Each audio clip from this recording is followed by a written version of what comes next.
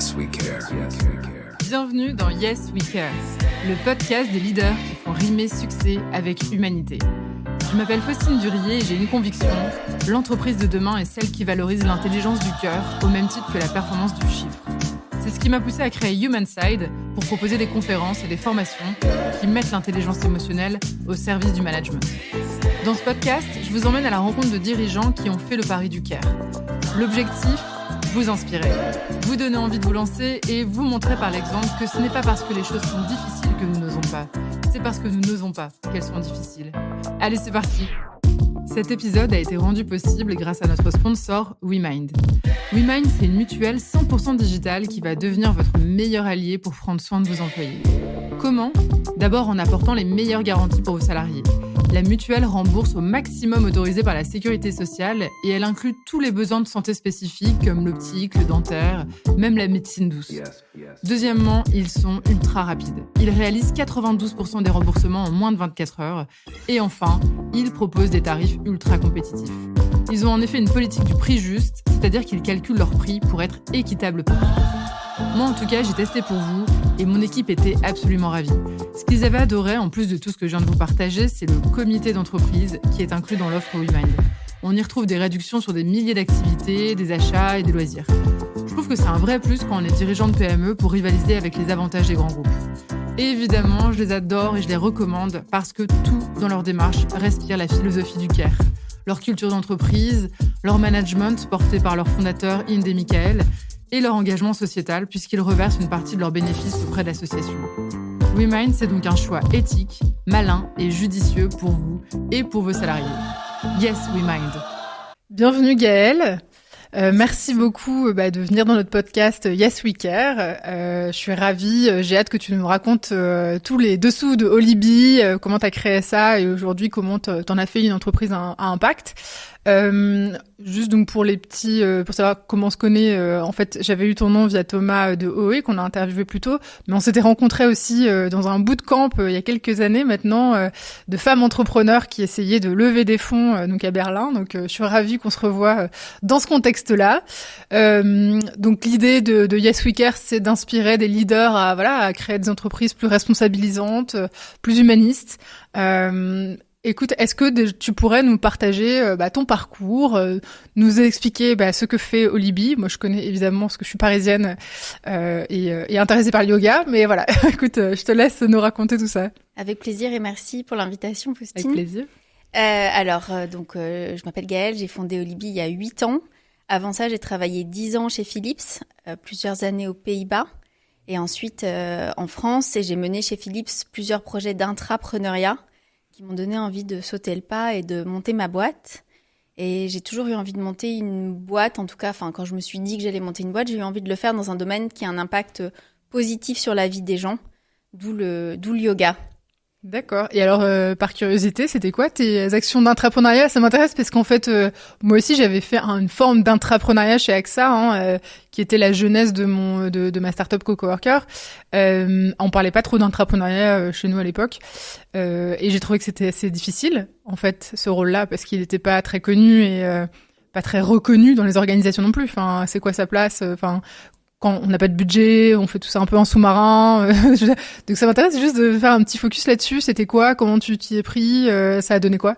Alors j'ai eu plusieurs missions. La première, en fait, c'est que un jour, je sais plus exactement comment ça s'est passé, mais Philips à l'époque, c'était 3 divisions. Il y avait l'éclairage, le médical, tout ce qui est IRM, défibrillateurs, etc.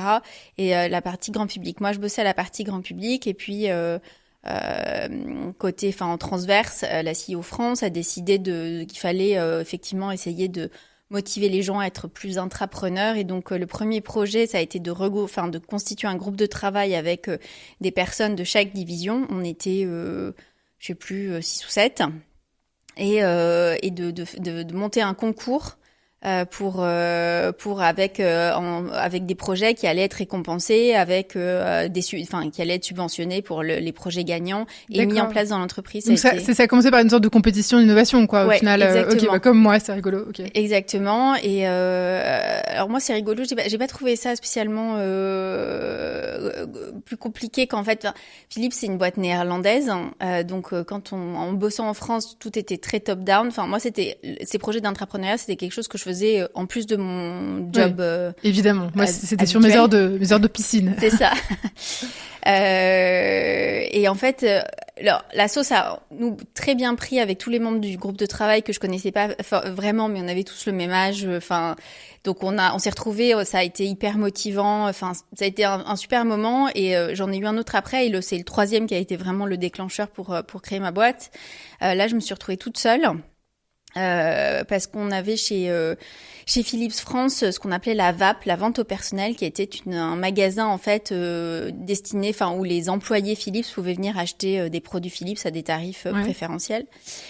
Et en fait, ça ressemblait, c'est vrai, un peu à un hangar avec des étagères et des boîtes posées dessus. Et un jour, le DG s'est dit, c'est plus possible, il faut que cet espace représente notre image de marque, le nouveau positionnement de la marque, la nouvelle signature, il faut qu'on puisse inviter des journalistes, etc., etc. Donc, on va en faire un super espace et on va digitaliser l'espace. Et à cette époque, j'étais responsable du digital pour la France. Pour la partie produit grand public. Et comme il y avait, il fallait digitaliser l'espace, forcément, il s'est dit, c'est Gaëlle qui va le faire. En plus de tout ça. En plus du reste. Donc, j'ai pas beaucoup apprécié sur le coup parce que j'ai pas vraiment eu le choix et j'aime pas trop qu'on me laisse pas le choix.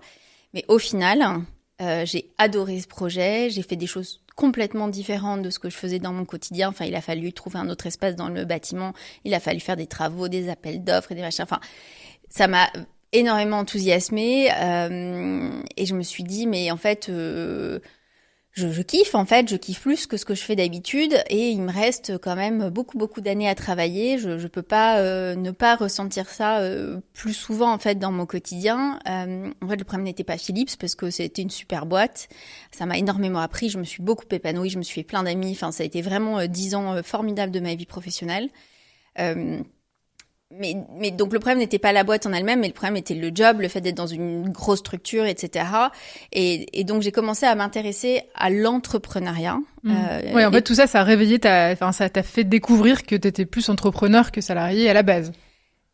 Oui, ce que je ne soupçonnais pas du tout, parce que je me suis toujours dit que j'étais pas faite pour être entrepreneur. J'étais beaucoup trop, j'aimais pas trop la prise de risque. Je me trouvais pas assez créative, pas assez sûre de moi. Et en fait, ce sont 10 années à avoir fait 4, 5 ou 6 jobs chez Philips qui m'ont en fait qui ont construit ma confiance en moi et m'ont permis de sauter le pas parce que je me suis intéressée à l'écosystème entrepreneurial.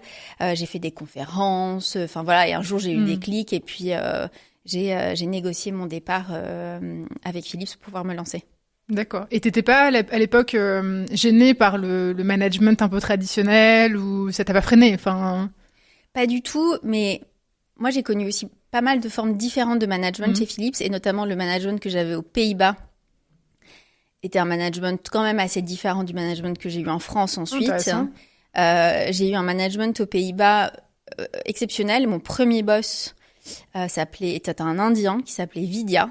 J'ai vu ta déclaration d'amour récente dans un post, en fait. Je voulais t'en parler, donc tant mieux. On peut en parler des heures. Vidya, ça a été, c'est le manager de ma vie, c'est sûr. Et qu'est-ce qu'il a fait justement, donc déjà, c'est un point positif, c'est-à-dire qu'on peut être un leader incroyable dans une grande boîte aussi, avec un système un peu classique de management. Et pourquoi il était si incroyable que ça C'était quoi en termes de comportement, de règles, de process, je sais pas. Déjà, je suis arrivée aux Pays-Bas, j'avais 25 ans, j'avais tout juste terminé mes études ou pas loin. Et donc j'ai passé mes entretiens chez Philips aux Pays-Bas et déjà les entretiens étaient très différents des entretiens que j'avais pu avoir en France, qui étaient très très à l'ancienne, très traditionnels, avec les qualités, les défauts, les trucs en fait qu'on voit plus tellement, je pense même maintenant, mais c'était il y a longtemps. J'ai commencé chez Philips aux Pays-Bas en 2005. Donc, c'était il y a vraiment longtemps. Ça va, tu es encore très, très jeune. Non, mais c'était il y a vraiment longtemps. Ouais. Mais je me souviens très, très bien de mes premiers entretiens chez Philips aux Pays-Bas. Et juste, on te demandait quoi en quoi c'était différent? C'était plus sur mes réalisations, ce que j'aimais. Enfin, c'était pas sur mon parcours. C'était beaucoup plus sur des choses factuelles. Parce qu'à 25 ans, t'as pas fait non plus des milliards de trucs. Donc non, j'avais pas fait des milliards de trucs, mais j'avais quand même fait des stages. Et puis c'était plus sur mes appétences. En fait, on me disait pas, tu rentres pas dans les cases parce que t'as pas 5 ans d'expérience ou 10 ans d'expérience. Bah non, en fait. On s'intéressait plus à toi, en fait. Exactement. À 25 ans, non, t'as pas 10 ans d'expérience. En fait, c'est pas possible. Pas légal. Et en fait, c'est beaucoup plus à l'anglo-saxonne. En fait, ils accordent plus d'importance à la motivation et à la personnalité qu'à l'expérience factuelle de est-ce que j'ai déjà fait chef de produit avant. Bah non, j'ai pas déjà fait chef de produit avant. Et notamment, ce qui les intéressait, c'est que c'était pour un poste en fait dans l'équipe Garment Care. Garment Care, c'est tout ce qui est soin du linge, donc les fers à repasser, les centrales vapeur, ce qui paraît pas sexy comme ça, mais je me suis éclatée là-dedans. Okay. Et c'était notamment pour bosser sur un tout nouveau projet d'un appareil pour repasser, qui faisait plein de trucs très très haut de gamme. Et ce qui les intéressait beaucoup, c'est que j'avais pas mal bossé moi en stage dans la mode et dans le luxe avant. D'accord. Et c'était cet aspect-là, cette sensibilité-là, ouais, qui les avait intéressés dans notre profil. Et ensuite, ce qui l'a rendu incroyable, c'est que il était ultra inspirant, il était et surtout il était beaucoup dans le partage, il m'a expliqué beaucoup de choses. Donc je bossais beaucoup avec une équipe d'ingénieurs basée à Singapour et un des premiers trucs qu'il a fait, c'est leur demander de m'envoyer une photo de l'équipe et ensuite il m'a écrit tous les noms des ingénieurs sur la photo. On avait beaucoup de discussions et c'était vraiment quelqu'un qui essayait de tirer ses équipes vers le haut. C'est quelqu'un qui était beaucoup dans la communication, l'apprentissage, l'échange. C'était pas du tout un manager à l'ancienne, juste qui faisait faire. Oui, parce que, en fait, tu nous parles d'un manager qui fait vraiment son rôle de manager, qui est moins dans l'opérationnel et qui a le temps justement du relationnel. Il faisait les deux en fait. Mais il essayait. Il m'a toujours beaucoup. Son but était de m'apprendre et il m'a appris énormément de choses. Il était vraiment dans l'apprentissage, dans l'accompagnement, dans l'encouragement, tout en étant très exigeant. Donc il y avait ces deux côtés, dans l'autonomie, la responsabilisation. Et un autre truc qui m'a marqué, c'est que sa boss, qui s'appelait Etelka, qui était donc responsable d'un plus gros ensemble, typiquement, sur des trucs, je sais pas, j'avais pu faire des salons le week-end ou, bref. Et en fait, la récompense pour les équipes, c'était par exemple, elle m'a dit, t'as vachement bossé là, voilà, je t'offre un massage. C'était des cadeaux aussi il y avait cette reconnaissance en fait des personnes qui ensuite m'a toujours beaucoup et m'inspire toujours beaucoup dans mon management. Où un soir, je me souviens qu'un des membres de l'équipe avait dû rester hyper tard pour bosser, alors que c'était son anniversaire de mariage. Et elle avait fait envoyer des fleurs à sa femme pour s'excuser. C'est des petits gestes, mais en fait qui font beaucoup, je trouve, dans l'engagement et la motivation des équipes et des personnes. Ok, un vrai management attentif, attentionné, personnalisé. Ouais. Et d'ailleurs, Vidya, même si ça fait, je sais pas, 15 ans qu'on bosse plus ensemble, je suis toujours en contact avec lui. Et quand je le vois de temps en temps, quand il vient à Paris et que je lui parle de mes sujets boulot, mais c'est comme si on s'était quitté la veille. En fait, il sait hyper bien se mettre à la place de ses interlocuteurs et résultat, il sait me faire réfléchir. En fait, sa force, c'est que il savait me faire réfléchir pour me faire accoucher des bonnes solutions. Ok, un vrai coach, quoi. Trop Exactement, génial. Un vrai coach. Ok, donc je comprends après le déclic. En tout cas, j'imagine que tu as eu envie ensuite de dupliquer, on va dire, ce que tu avais appris, ce que tu avais vu en termes de leadership. Est-ce que tu peux nous raconter aussi Olibi, parce que c'est 8 ans, tu t'es attaqué à un sacré marché, tu as vécu des sacrés trucs avec le Covid, etc. Est-ce que tu peux nous raconter aussi cette histoire, parce que je sais qu'on est là pour parler de management, mais ça fait partie de ton histoire. Bien sûr, ça fait partie. Et tout le monde mérite de connaître Olibi, donc je t'en prie. Donc Olibi, c'est la volonté de rendre le yoga et les pratiques sportives bien-être accessibles au plus grand nombre, à la fois géographiquement, financièrement et dans l'état d'esprit.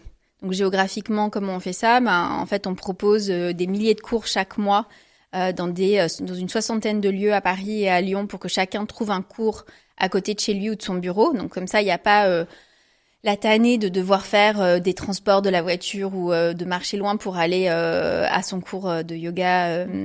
Ce qui, forcément, quand il y a du transport, ça impacte la motivation. L'accessibilité prix, c'est qu'on propose des cours à partir de 8 euros. Et l'accessibilité dans l'état d'esprit, c'est aussi que il y a encore beaucoup d'a priori sur le yoga et que nous, on a une approche très décontractée, décomplexée de la pratique. On n'est pas... moi, je ne fais pas que boire des jus et manger du quinoa toute la journée. Ça peut m'arriver, mais comme de boire aussi un verre de vin, de manger des frites de temps en temps. Enfin, tout est une question de mesure et d'équilibre. Donc, c'est ça, Olibi. Donc, et en revanche, ce que j'ai quand même oublié de dire, c'est qu'on propose des cours en présentiel, mais aussi en ligne. Ce qui fait partie de l'accessibilité géographique. Comme ça, on peut aussi pratiquer à la maison quand on veut. Alors, je témoigne, parce qu'effectivement, moi, j'ai des cours Olibi partout, donc c'est génial. Et effectivement, se détacher de cette idée de performance autour de la santé et devenir un peu comme on est, et de décomplexer, je pense aussi certains avec cette pratique-là. Exactement, on n'a pas besoin d'avoir le dernier legging à la mode, on n'a pas besoin de toucher forcément ses pieds, on n'a surtout pas besoin de mettre son pied derrière la tête, enfin... On peut y aller pour se faire du bien et au fur et à mesure. En plus, si on a une pratique régulière, on va progresser, on va s'assouplir, on va se sentir de mieux en mieux. Et c'est ça aussi qui donne envie de continuer. C'est aussi pour ça qu'on a créé la Olibi School aussi il y a 3 ans maintenant, qui permet soit d'approfondir sa pratique avec des stages et des choses comme ça, ou même d'aller encore plus loin et de devenir professeur de yoga. Et un point important, c'est qu'on est aussi devenu entreprise à mission. Ah oui, on va en parler. Félicitations. Il y a 2 ans. Très bien. Et juste, pourquoi tout ça ? Parce que donc là, t'étais 10 ans, donc j'entends le déclic entrepreneurial. Qu'est-ce qui t'a amené vers, on va dire, l'industrie du bien-être, entre guillemets pourquoi ça ? Qu'est-ce qui t'anime au fond, en fait ? Je me suis dit, ok, moi, avant tout, j'ai eu envie de monter une boîte. Après, je me suis dit, je vais beaucoup travailler, donc il faut que ce soit dans un domaine qui me plaise et surtout qui vraiment ait un impact positif sur la vie des gens. Et à ce moment-là, je faisais du yoga. J'en faisais pas comme une forcenée, j'en faisais une fois par semaine. Mais j'en faisais, en fait, chez quelqu'un qui habitait dans mon quartier. On se retrouvait en petits groupes comme ça, le samedi matin, chez Rita. À 4-5 avec une prof. Et je trouvais que ce côté dans le même quartier, c'était hyper pratique. Et en fait, au tout départ, Olibi, c'est ça. C'est se retrouver pour faire du yoga entre voisins. Puis après, ça a un peu évolué et vers tout ce que je viens de décrire. Mais quand je faisais du yoga comme ça, je me suis dit, c'est chouette et tout. Et puis, j'ai commencé à creuser le marché. Et en fait, je me suis rendu compte que le yoga, contrairement à ce qu'on croit, c'est pas du tout un marché de niche. C'est un marché qui fait des milliards dans le monde, plusieurs centaines de millions en France. Aujourd'hui, en France, il y a quasiment 10 millions de personnes qui pratiquent le yoga. Enfin bref, il y avait une profondeur de marché suffisante pour en faire un business qui puisse scaler et être rentable. Et alors, ça a commencé comment ? Donc, tu as cette idée-là, tu fais des sortes de MVP, enfin, tu testes l'idée, enfin, ensuite, comment ? Je teste l'idée hyper vite. En fait, je commence à rencontrer plein de monde, à parler de mon projet à plein de monde. Tous les gens qu'on me dit, quand je rencontre quelqu'un qui me dit « Ah, tu devrais rencontrer un tel ou une telle », hop, je les rencontre. Je fais beaucoup ça, parce que en plus... En fondant la boîte seule, je me dis il faut vraiment que je rencontre du monde, que j'ai plein de conseils. Enfin, je parle de mon projet et puis avant même de quitter Philips, en fait, je commence avec j'ai juste fait une page Facebook et je demande à mes copines qui ont des plus grands apparts que les miens si je peux pas faire un cours de yoga test chez elles. Donc en fait, je vois, elles invitent leurs copines, moi je propose aussi un peu aux miennes, et en fait je regarde ce qui est les points de friction là-dedans. Est-ce que c'est dur de trouver un prof ? Est-ce que ça embête les gens d'amener leur propre tapis ? Et donc l'idée, c'est en fait de faire ces cours qui sont payants, parce que faire des trucs gratuits, ça veut pas dire ça. Enfin, on peut pas vraiment mesurer. Oui, vraiment. Si les gens sont prêts à payer. Exactement. Donc dès le départ, c'est payant. Je sais pas, c'est 20 €. Et ensuite, en échange, moi, j'amène l'apéro et on débriefe autour d'un apéro et je leur demande ce qu'elles ont aimé, pas aimé, etc. Et donc je fais plusieurs fois ça. Et ça, c'est au printemps 2015. Et puis à l'été, je fais une petite formation chez The Family. Enfin, ce qui m'apprend, je crée moi-même mon site web sur Squarespace. Et c'est comme ça que ça se lance. D'accord. Et alors ça, on va dire, ça marche, ça cartonne tout de suite ou ? Non, ça cartonne pas tout de suite, mais ça marche tranquillement. Je fais tout toute seule au départ avec 0 investissement, mais pour le coup, j'ai mis en œuvre très vite en fait, et c'est assez ma façon de fonctionner moi, c'est que je réfléchis pas 2 heures ou je lis pas 1000 bouquins, j'essaye des trucs et je vois si ça marche et si ça marche tant mieux, si ça marche pas, on décide de comprendre pourquoi, on apprend et puis on fait un peu différemment la fois d'après. Mais au fur et à mesure, ouais, j'ai de plus en plus de personnes qui accueillent des cours chez elles, parce que c'est quand même en majorité des femmes. Et un jour, dans un salon, je rencontre Marine, qui gère un lieu, en fait, un grand lieu à Paris, qui me dit « Je suis hyper fan de yoga, j'adore ce que tu fais, tu veux pas venir faire des cours dans mon lieu ?» Et je dis allez, ok, on essaye. Et bref, on lance des cours à 8 € dans son lieu, et ça cartonne et on se dit ok, là vraiment, on tient un truc. Ouais, on tient un truc et on commence à chercher de plus en plus de lieux pour se développer comme ça sur des cours à plus grand format. D'accord. Et ce qui je trouve intéressant aussi, c'est que tu réussis à fidéliser des gens qui sont compliqués à fidéliser, je pense, enfin des professeurs de yoga, non, enfin. En fait, tu as créé une communauté sur un sujet qui est très très demandé.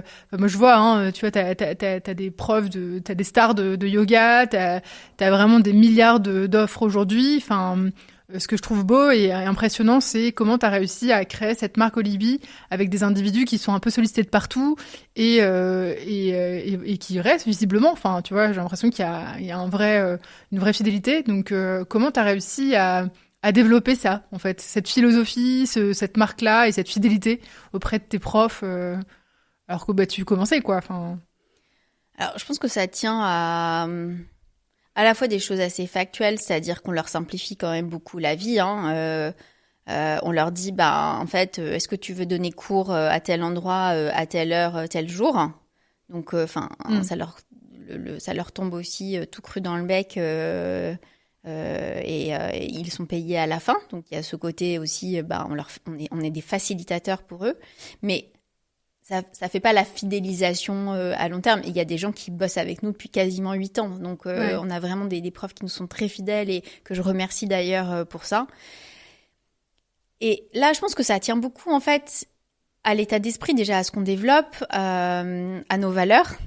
C'est aussi des professeurs qui adhèrent à nos valeurs de rendre le yoga accessible, d'être entreprise à mission, et à l'équipe Olibi aussi, qui gère les relations au quotidien avec ses professeurs, qui fait qu'on est dans l'écoute, on est attentif à nos professeurs. Alors, bien sûr, il y en a forcément toujours qui sont pas contents, mais en tout cas, on fait de notre mieux pour être respectueux, pour les payer en temps et en heure, pour reconnaître leur qualité, on organise des événements une fois par trimestre avec toute notre communauté de professeurs. Ouais, c'est ma question. Est-ce que tu animes quand même Ouais, bien sûr, on organise des événements comme ça une fois par trimestre. On organise aussi de façon plus régulière des cafés ou des déjeuners avec des groupes plus restreints de professeurs pour échanger. Au début d'Olibi, on a fait pas mal de groupes de travail pour les solliciter, pour mettre en place un certain nombre de choses, pour avoir aussi leurs inputs de profs de yoga. Pendant le premier confinement, en fait, parce que qui a été un moment très dur pour nous, mais évidemment pour eux aussi.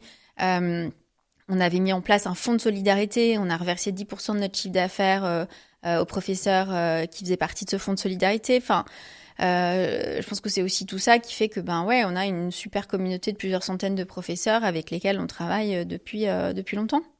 Il y a une sorte de give it first. En fait, vous êtes vraiment vous donnez d'abord et du coup effectivement on a envie de rester quoi. Donc en tout cas, ouais, je sais pas si on se dit qu'on donne d'abord, mais moi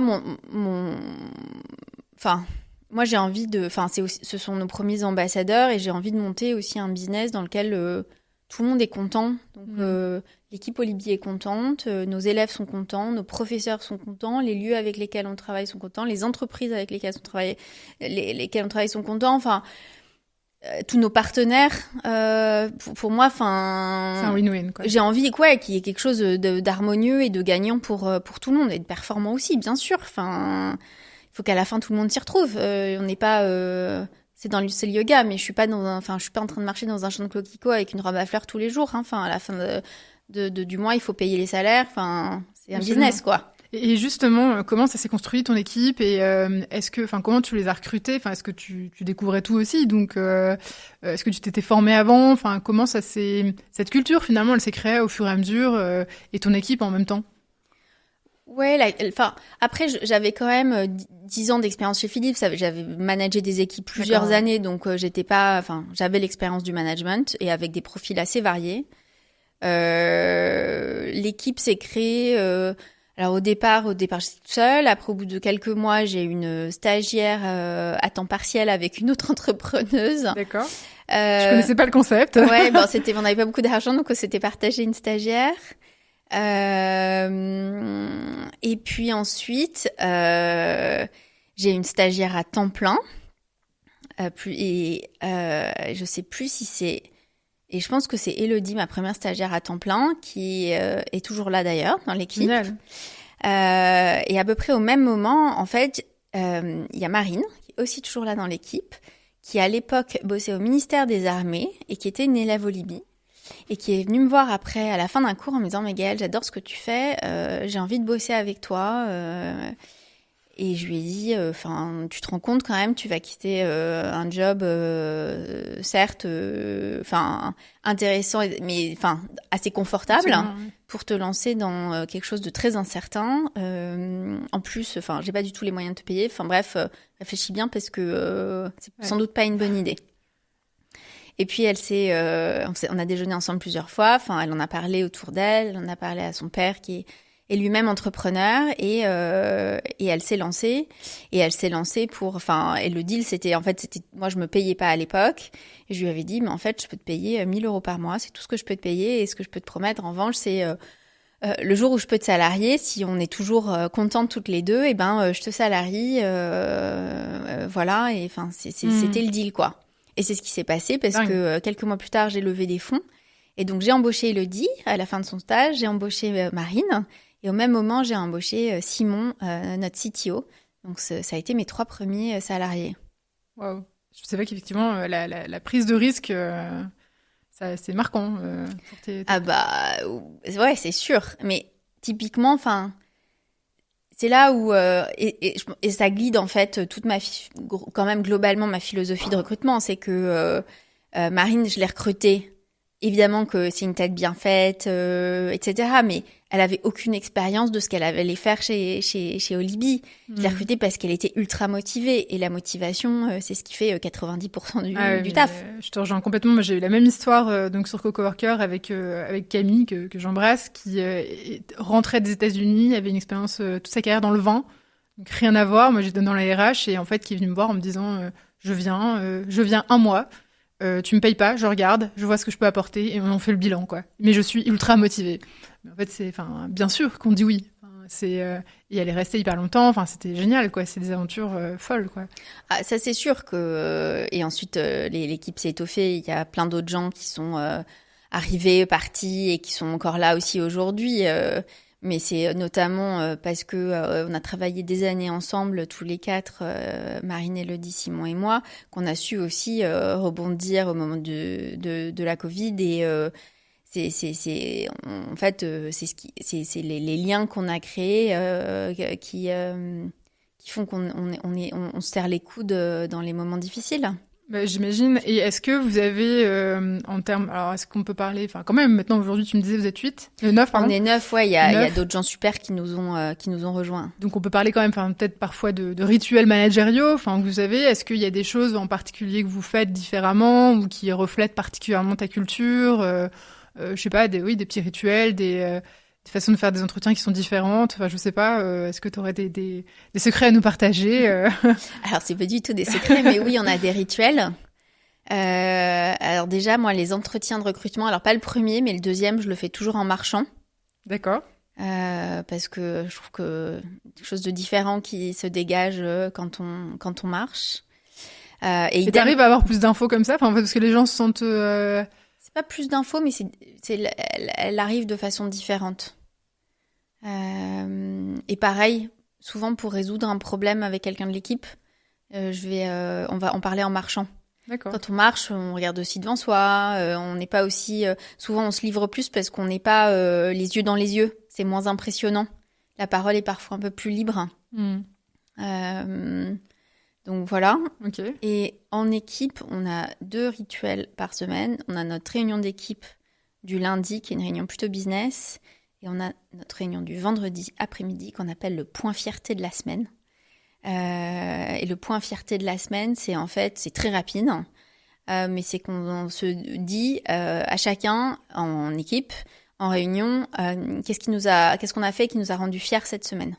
Et en fait, on a mis ça en place au moment du confinement pour se quitter sur une note positive le vendredi sur quelque chose de je suis fière de ça. Trop chouette. Et ça c'est un super moment. C'est quelque chose qu'on a toujours gardé depuis. Et le lundi, en fait, elle est très cadencée, cette réunion du lundi, qui est une réunion plus business. On commence par le mood du jour. Donc, on se donne un mood, mais qu'on note de 0 à 10, parce que ça peut valoir 6 comme 9. Donc, on note.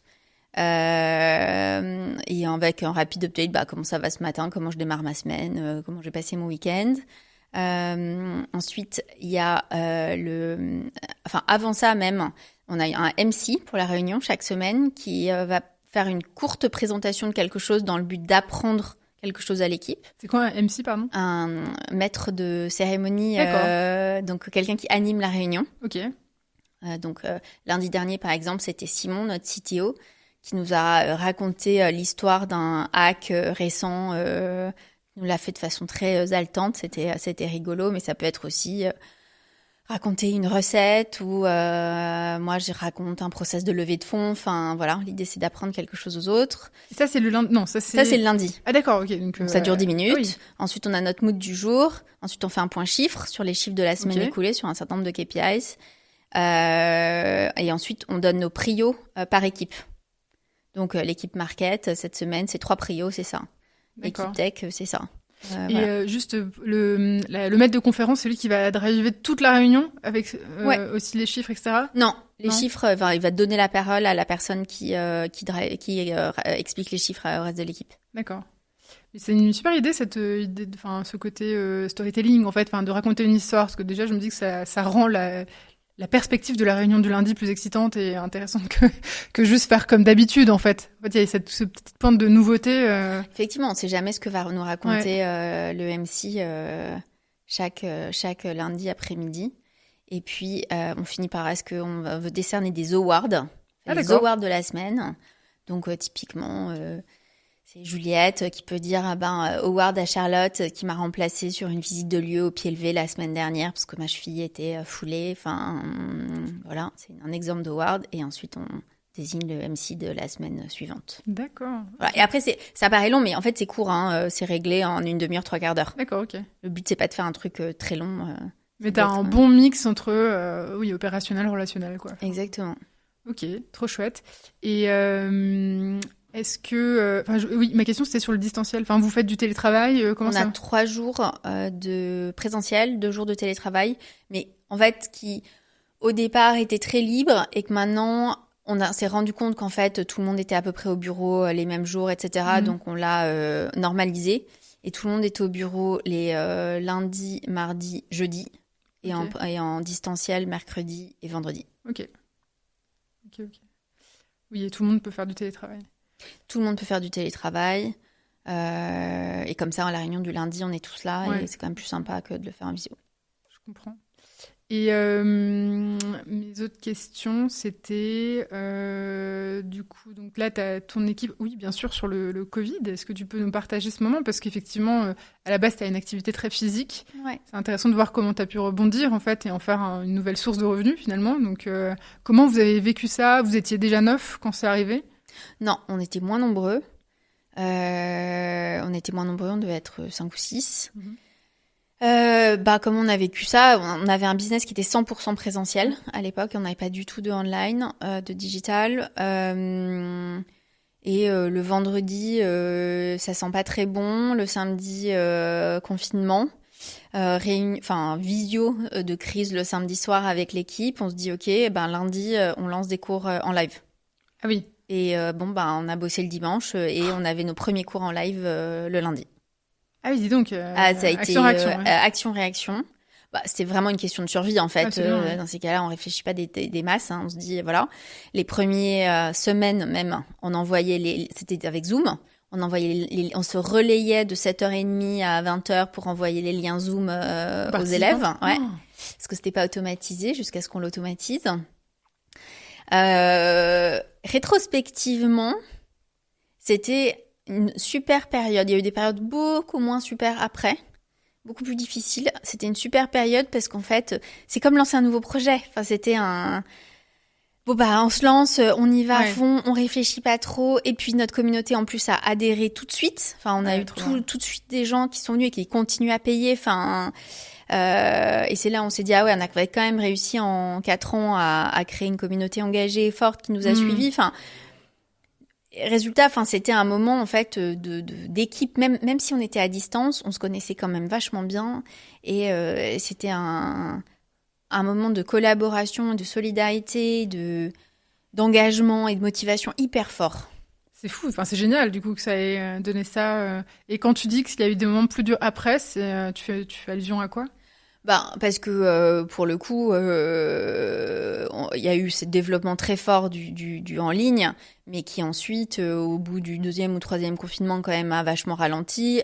Et dès le départ, ça ne couvrait pas la perte de chiffre d'affaires qu'on avait en ne pouvant pas assurer nos cours en présentiel. Donc au bout d'un moment, en fait, le en ligne s'est stabilisé, le présentiel redémarrait pas aussi fort que ce qu'on pensait, donc on a vécu 2 ans quand même très compliqués. Je trouve qu'on a souffert d'un Covid long dans le milieu du sport, avec des gens dont les habitudes, notamment avec le télétravail, ont été très bousculées et qui ont perdu toute la routine sportive qu'ils pouvaient avoir pré-Covid en fait. Et c'est là, ça a été vachement difficile. Beaucoup plus difficile finalement qu'au mois de mars 2020. Ok, je comprends. Et donc là, tu dirais qu'il y a des nouvelles habitudes qui sont prises en fait. Il y a des personnes qui vont mixer en fait virtuel et présent. Pas beaucoup. On pensait qu'il y aurait beaucoup de ponts entre les deux et en fait pas tellement. Il y a les gens qui sont vraiment qui aiment pratiquer en présentiel et qui aiment l'énergie du groupe, être avec le professeur en direct, etc. Et qui vont aller plutôt en présentiel. Et il y a ceux qui privilégient la VOD ou les lives. Parce que ça correspond mieux à leur emploi du temps en fait et à leurs contraintes. D'accord. Okay. Il y a des gens qui font les deux, mais il y a finalement pas tant de ça de pont entre les deux. Mais tu as réussi à retrouver par contre ce que tu avais en termes d'activité en physique avant le Covid ou sur l'ensemble, parce qu'on a développé d'autres choses, oui, on a même dépassé notre niveau pré-Covid, mais sur le pur cours en présentiel, pas complètement. Et pas parce que le marché aussi s'est un peu fragmenté, parce que j'ai l'impression qu'il y a eu aussi des milliards de nouveaux acteurs en fait. Sur le en ligne, oui, mais sur le présentiel, il y a eu des nouveaux acteurs, mais il y a aussi beaucoup d'acteurs qui ont fermé. D'accord. C'est plus vraiment une question de routine et de mode de vie, je dirais, des gens. Ok, pardon, ça c'est juste, j'étais intriguée, je trouve ça intéressant comme marché. Tu nous as parlé effectivement que vous êtes passé entreprise à mission. Tu peux nous en dire plus parce qu'effectivement, moi je sais qu'il y en a plein maintenant qui le font par défaut au moment de créer une société parce que c'est devenu assez facile, mais est-ce que tu peux nous en dire plus justement sur ce que ça signifie, les engagements derrière ça et même en termes de gouvernance, je pense que ça doit changer des choses. Alors sur la gouvernance, pas tellement, même si on a monté un comité de suivi de fin de mission qu'on réunit à peu près une fois par an. Mais en fait, pour nous, ça a été une simple concrétisation juridique de ce qui nous animait depuis la création de Libby. Dès le départ, on avait à cœur de rendre le yoga et les pratiques sportives douces accessibles au plus grand nombre. Et en fait, c'est notre raison d'être aussi en tant qu'entreprise à mission.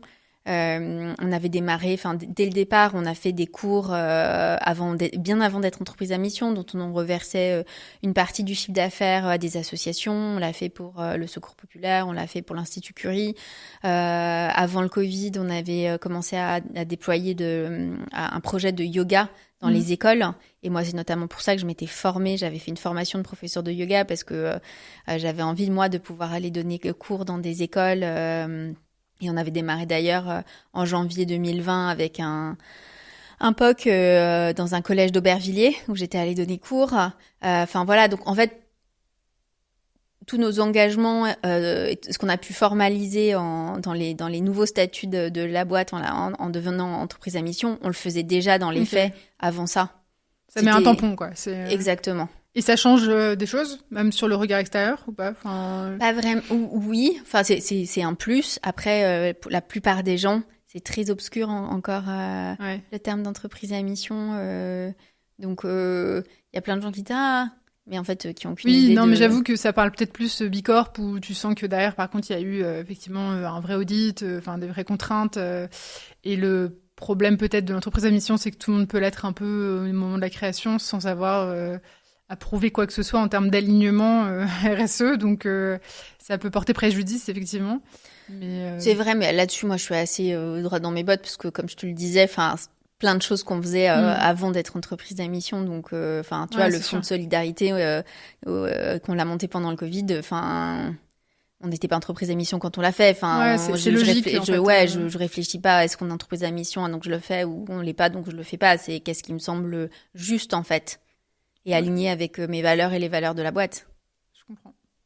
Et est-ce que tu aurais à partager, tu vois, le meilleur et le pire conseil qu'on t'ait donné alors, à la base, j'aurais envie de te poser cette question sur le management, mais je pense qu'on peut élargir, quoi. S'il y a quelque chose qui te vient en particulier sur des conseils que tu as reçus qui étaient les pires ou les meilleurs, selon toi? Le pire, j'ai du mal. J'ai pas de souvenir de pires conseils, honnêtement. Même en tant que solo founder où on n'a pas voulu t'apprendre la vie ou non, il n'y a pas... Non, pire conseil, j'ai pas. Je pense que le meilleur conseil qu'on m'a donné, c'était une entrepreneuse qui m'avait dit entreprendre, c'est un marathon, c'est pas un sprint, donc il faut aussi que tu prennes soin de toi. T'es en fait l'asset numéro 1 de la boîte, donc si tu veux tenir sur la distance, c'est très vrai. Et un autre, c'est pas un conseil, c'est quelque chose que j'ai lu au début de Libye dans un bouquin où en fait l'auteur qui est un entrepreneur disait moi j'ai toujours considéré que mes boîtes n'étaient pas des bébés. C'était pas mon bébé. On dit très souvent d'une boîte c'est ton bébé, c'est ton bébé, c'est ton bébé. Et en fait, il disait non, c'est pas un bébé parce qu'un bébé si ça meurt c'est un drame, une boîte si elle meurt c'est pas un drame quoi. Et donc ça permet en fait de prendre vachement de distance avec ce qu'on fait et de mieux encaisser. En tout cas moi, ça m'a permis de prendre de la distance et de mieux encaisser les difficultés et les aléas de la vie entrepreneuriale parce qu'il y en a beaucoup. Donc je dirais que ça c'est des choses qui moi m'ont toujours beaucoup aidé. Et justement, parce que je suis complètement d'accord, je trouve que le conseil du marathon est très, très pertinent. Comment tu fais, toi, pour te préserver? Parce que moi, je parle beaucoup de management par le cœur. Je pense que prendre soin des autres, pour pouvoir prendre soin des autres, il faut prendre soin de soi. Comment tu fais, toi, pour te préserver, en fait, en tant qu'entrepreneur solo depuis 8 ans? Déjà en m'entourant des bonnes personnes et des personnes que je suis contente de retrouver tous les matins au bureau. Après, moi, je fais du sport. Ça, c'est ma soupape. Je fais de la boxe, je cours, je fais du yoga. C'est des moments, pour moi, c'est pas, j'en ai pas 1000, mais c'est des moments, c'est dans mon agenda. Ouais, c'est ce que j'allais dire. C'est pas négociable. T'as bloqué des créneaux. Ouais, j'ai bloqué des créneaux et sauf cas très rares, c'est des choses que je ne décale jamais. En tout cas, au moins une fois par semaine. Le reste, je peux être un peu plus flexible, mais au moins une fois par semaine, je ne le décale jamais. Un autre truc, c'est que j'ai eu un petit garçon il y a 1 an et demi à peu près, et que là, depuis 1 an et demi, à 6h30, je suis à la maison tous les soirs. Et ça, il y a 0 négo là-dessus. Et ça change rien?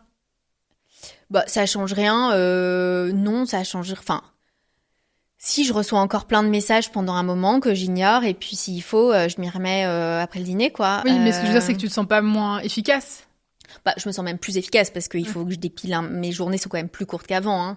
Avant, j'arrivais au bureau plutôt vers 8h et je repartais plutôt vers 7h30, 8h. Là, j'arrive au bureau plus tard et je repars plus tôt, clairement. Donc, mes journées de travail sont moins longues qu'avant. Mais bon, je dépile.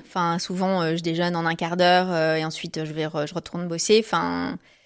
Ouais, il faut que j'aille plus vite, quoi.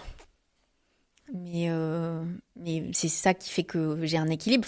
En fait, j'envisage pas ma vie autrement. Ok. Oui, je pense que c'est plutôt c'est mieux quand on veut faire un marathon, en tout cas quand on veut courir un marathon.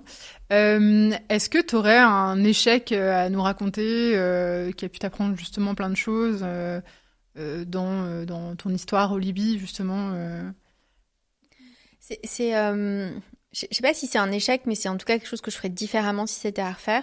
C'est qu'en fait, juste avant le premier confinement, on devait lever de l'argent. Il y a eu le confinement, la levée a été retardée et on a finalement levé en juin 2020 parce que le fonds s'est quand même rendu compte qu'on avait hyper bien réagi, on avait trouvé des ressources, une source de business alternative, etc. Qu'on a finalement levé et personne n'anticipait que quand même que le Covid durerait aussi longtemps et que même quand ce serait terminé, les effets sur le business se feraient ressentir pendant des années. Et donc là, on a levé de l'argent et j'ai fortement augmenté la taille de l'équipe. On est monté jusqu'à 20 personnes. Et ça nous a mis... et le business n'augmentant pas de façon proportionnelle au coût, aux charges, ça nous a vraiment causé ensuite pas mal de problèmes. Et c'est ça, si j'avais su, j'aurais été beaucoup plus prudente dans mes recrutements. Ça a dû être difficile, donc c'est toi qui as fait tous les licenciements. Donc, Ouais. Effectivement, j'ai pas vécu ma meilleure vie pendant cette période-là. J'imagine. Et t'arrives à ne pas te sentir trop seule ? C'est difficile comme question parce qu'en fait, j'ai jamais connu l'entrepreneuriat différemment. J'ai jamais connu être avec un ou une associée, donc je sais pas ce que c'est que de partager le poids. Ce que je sais, c'est que c'est vachement... Il y a beaucoup de poids sur mes épaules tout le temps. Et ça, dans les moments où c'est plus difficile, c'est dur. C'est dur, mais ce serait sans doute moins dur si j'avais un associé ou une associée. Mais je pense quand même que j'aurais du stress. Après, c'est aussi la vie que j'ai choisie. Personne m'a obligée à devenir entrepreneur, donc j'assume mes choix. Et j'ai quand même beaucoup de plaisir à faire au Libye tous les jours, à être dans des nouveaux projets, à créer. Mais c'est vrai que de temps en temps, j'ai l'impression de porter 4 tonnes sur mes épaules. Et il y a des jours où c'est plus difficile que d'autres. J'imagine. Heureusement, il y a le sport. Ouais, il y a le sport, il y a la famille, il y a quand même l'équipe, il y a plein de choses qui font que j'ai quand même une vie globalement super chouette. Et à part, donc tu nous en as parlé, de ton premier mentor, on va dire, qui t'a beaucoup inspiré. Est-ce que tu as d'autres dirigeants ou dirigeantes comme ça qui sont des modèles pour toi ou qui t'inspirent dans leur façon de diriger, en fait ? Alors je dirais que on a un de nos BA, un de nos investisseurs, qui s'appelle Jean-Charles Morisseau, qui est un entrepreneur. Qui aujourd'hui n'investit que dans des boîtes à impact et cofondées par des femmes. Et lui, c'est quelqu'un avec qui j'ai beaucoup de plaisir à échanger. Et notamment quand on a racheté une entreprise en 2021, il a été très présent parce que lui, c'est quelque chose qu'il connaissait bien. Et c'est quelqu'un avec qui on faisait un call chaque semaine, qui nous a guidés dans chaque étape pour éviter les écueils, réussir l'achat, l'intégration. C'est quelqu'un avec qui j'ai beaucoup de plaisir et qui je ressors toujours de nos échanges grandis et en ayant appris des choses. D'accord, ok. C'est marrant, ça revient souvent comme qualité. Et aussi, du coup, une personne, je te demande une autre personne qui serait plutôt inspirante sur la partie très managériale et que je pourrais inviter ici. À ton avis, qui mériterait que je lui accorde en tout cas cette interview-là parce que tu la trouves admirable sur sa façon de gérer les hommes. Je dirais Marc-Antoine Garrigue, qui est quelqu'un qui a plein de boîtes et qui a une approche très intéressante du management, qui est très humain, qui est pareil et dans l'accompagnement. Moi, c'est ce qui me plaît ce qui, je pense, c'est l'essentiel du management, c'est d'accompagner les gens, en fait. C'est de savoir les faire raisonner pour qu'ils grandissent, qu'ils sachent accoucher de leurs propres solutions et de leurs propres idées. Ouais, ça, c'est un truc que tu avais pas mal répété. Ouais. T'aimes pas quand on te dit ce qu'il faut faire et... Non, moi j'aime quand on me stimule pour que j'arrive moi-même à la solution. Enfin, c'est tout le truc de apprendre à pêcher ou pêcher pour les gens. Enfin, il vaut mieux apprendre à quelqu'un à pêcher pour qu'il soit autonome plutôt que de pêcher tout le temps son poisson. Enfin, qu'est-ce qui se passe le jour où on peut pas pêcher pour l'autre? Enfin... Absolument. Et donc, qu'est-ce que je pourrais lui poser comme question à Marc-Antoine? En fait, quelle question t'aimerais que je lui pose, en tout cas? Qu'est-ce qui a fait de toi le genre de manager que tu es aujourd'hui? Trop chouette. J'ai une dernière question. Si tu avais donc, dans ton bureau une affiche qui devait résumer ta philosophie managériale ou même entrepreneuriale, qu'est-ce qu'elle pourrait dire? Il serait écrit quoi, en fait, sur cette affiche? Il serait écrit que c'est pas le fait de porter le même maillot qui fait l'équipe, c'est le fait de transpirer ensemble. C'est Aimé Jacquet. C'est une citation d'Aimé Jacquet. Voilà, on reste dans le sport. Et je trouve que c'est ça aussi c'est très symptomatique aussi de l'entrepreneuriat, qui est à la fois un chemin qui donne énormément d'énergie, d'enthousiasme, des pics d'adrénaline incroyables, mais qui s'accompagne aussi de beaucoup de difficultés et d'aléas. Et j'ai déjà cité le mot aléa tout à l'heure. Et c'est le fait de s'attaquer à ces difficultés et de les résoudre en équipe qui fait qu'on est soudés et qu'on a envie d'avancer ensemble, d'aller plus loin. C'est ça qui est motivant, en fait. Super. Bah écoute, merci beaucoup pour tout ça, pour tout, et bravo aussi. Enfin, franchement, j'en profite. Bravo pour ton parcours parce que Merci. J'ose imaginer par quoi tu es passée aussi en tant que solo founder, femme entrepreneur, pour lever des fonds et pour faire tout ce que tu as fait. Donc, bravo pour cette équipe et pour cette belle philosophie. Et on invite tout le monde à découvrir, bien évidemment, Olibi, qui n'est pas que pour les femmes. Hein. Non, pas du tout. Absolument. Donc, bah écoute, plein de bonnes choses pour la suite et pour Olibi. Et merci encore, Gaëlle, pour tout ça. Merci, Faustine. Salut. Salut. Merci pour votre écoute. Si ce podcast vous a plu, s'il vous plaît, laissez un avis sur iTunes et les autres plateformes d'écoute. Partagez cet épisode autour de vous et n'oubliez pas de vous abonner. Je vous dis à très vite dans un prochain épisode de Yes We Care, le podcast des dirigeants qui font rimer succès avec humanité.